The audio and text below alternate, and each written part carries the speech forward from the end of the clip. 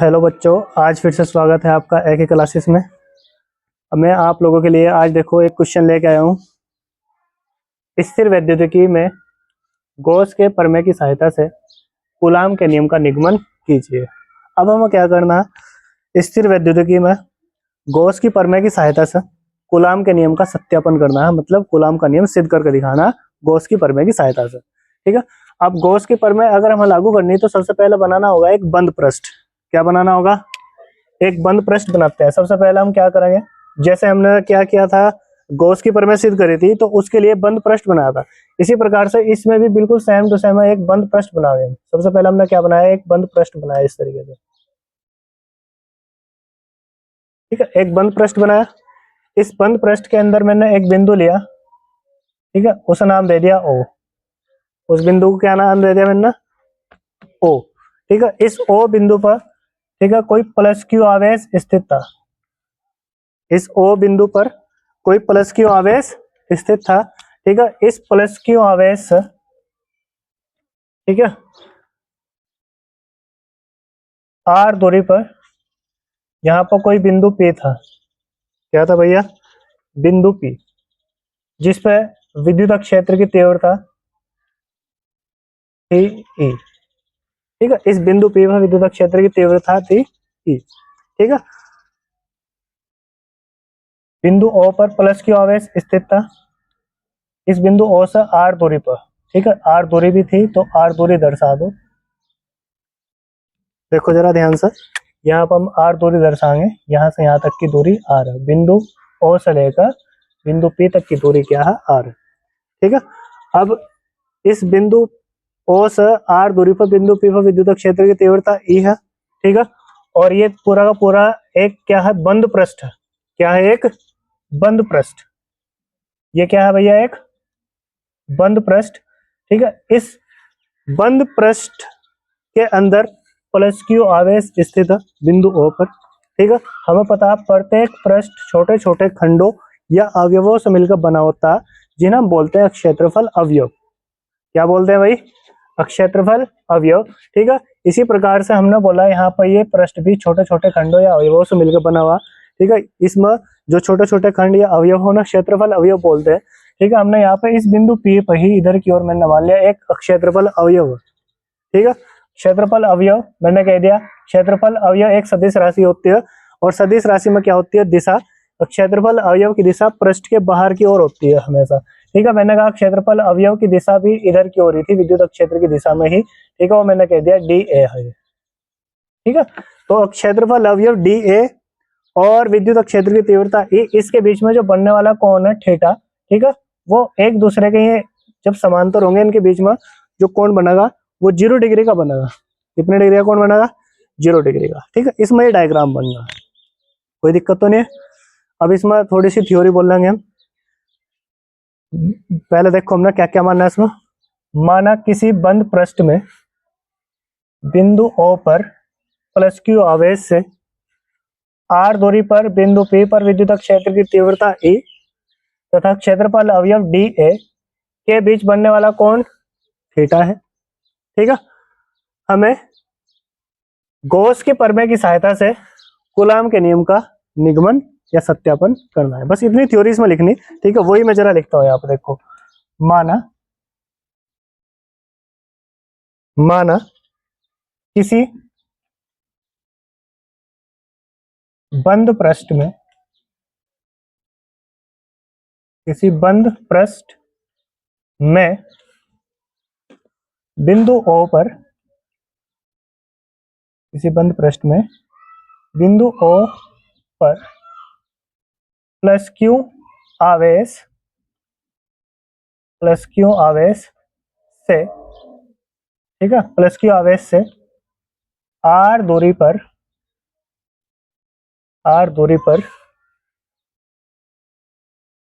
बिंदु P पर, ठीक है, बिंदु P पर विद्युत क्षेत्र की तीव्रता E,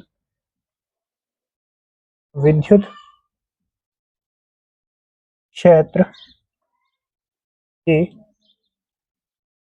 तीव्रता विद्युत क्षेत्र की तीव्रता E तथा क्षेत्रफल अवयव तथा क्षेत्रफल अवयव DA तथा क्षेत्रफल अवयव DA के बीच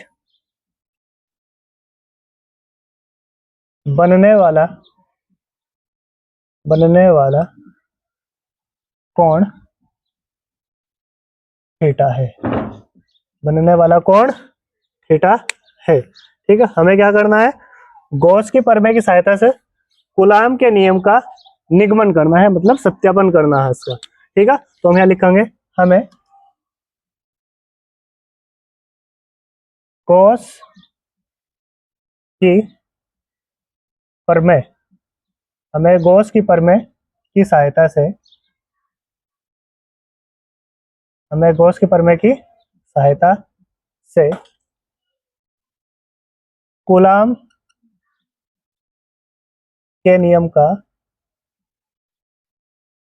कूलाम के नियम का सत्यापन करना है। ठीक है, हमें क्या करना है, गॉस की प्रमेय की सहायता से कूलाम के नियम का सत्यापन करना है। ठीक है, कोई दिक्कत तो नहीं है। अगर मैं यहाँ पर बोल दूं कि विद्युत क्षेत्र की तीव्रता की दिशा भी इधर ही और क्षेत्रफल अवयव की दिशा भी, ये अलग सी लग रही है आप लोगों को, इसे एक ही दिशा में दर्शा दो, क्षेत्रफल अवयव की दिशा भी इधर ही है। ठीक है, तभी जाकर इनके बीच में जो थीटा का मान होगा वो 0 डिग्री होगा। क्षेत्रफल अवयव DA की दिशा भी इधर ही, विद्युत क्षेत्र की तीव्रता की दिशा भी इधर ही होगी। ठीक है, अब हम बोल लेंगे यहाँ पर V नाउ दैट। ठीक है, हम जानते हैं क्षेत्रफल अवयव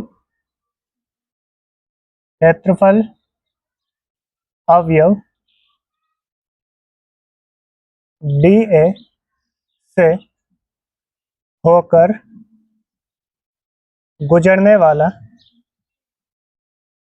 गुजरने वाला विद्युत फ्लक्स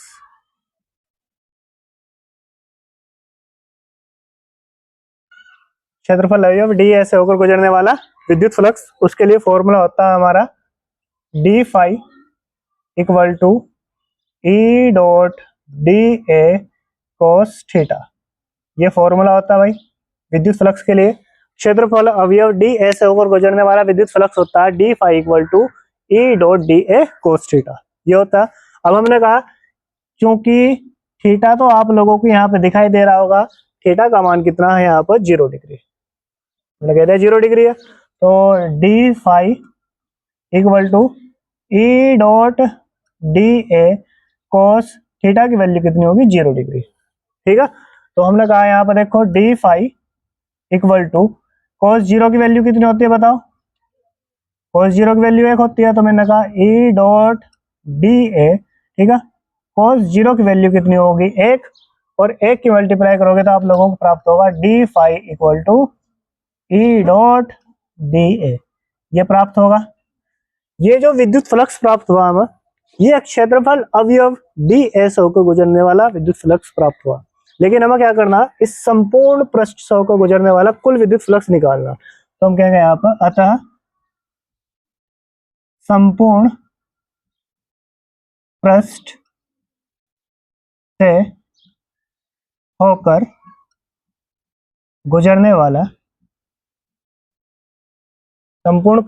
गुजरने वाला कुल विद्युत फ्लक्स।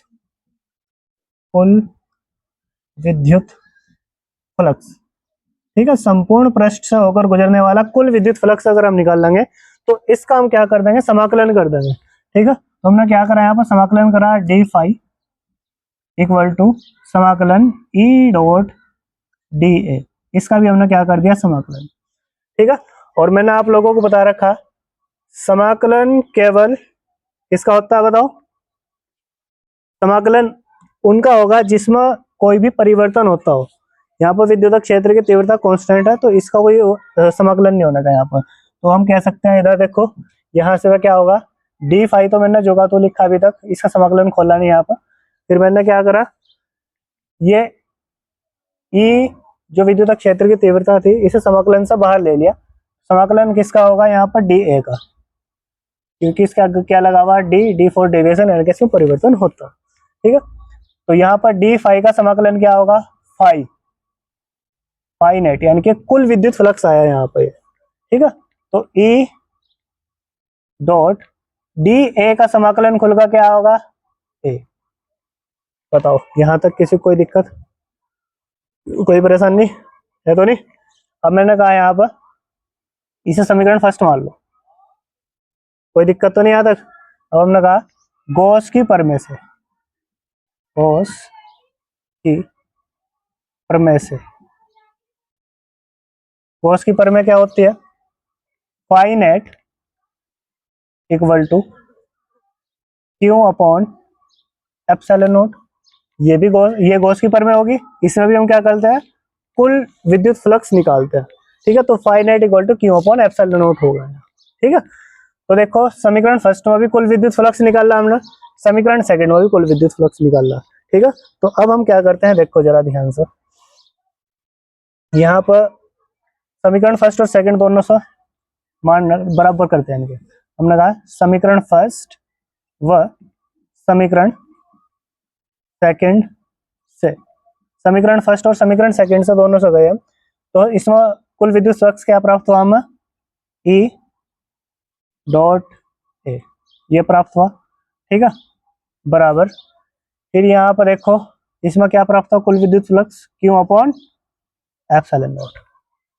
अब हमने कहा यहाँ पर देखो, चूंकि हमने एक फॉर्मूला पढ़ रखा, विद्युत क्षेत्र की तीव्रता के लिए फॉर्मूला होता है ई बराबर एफ अपॉन क्यू नॉट।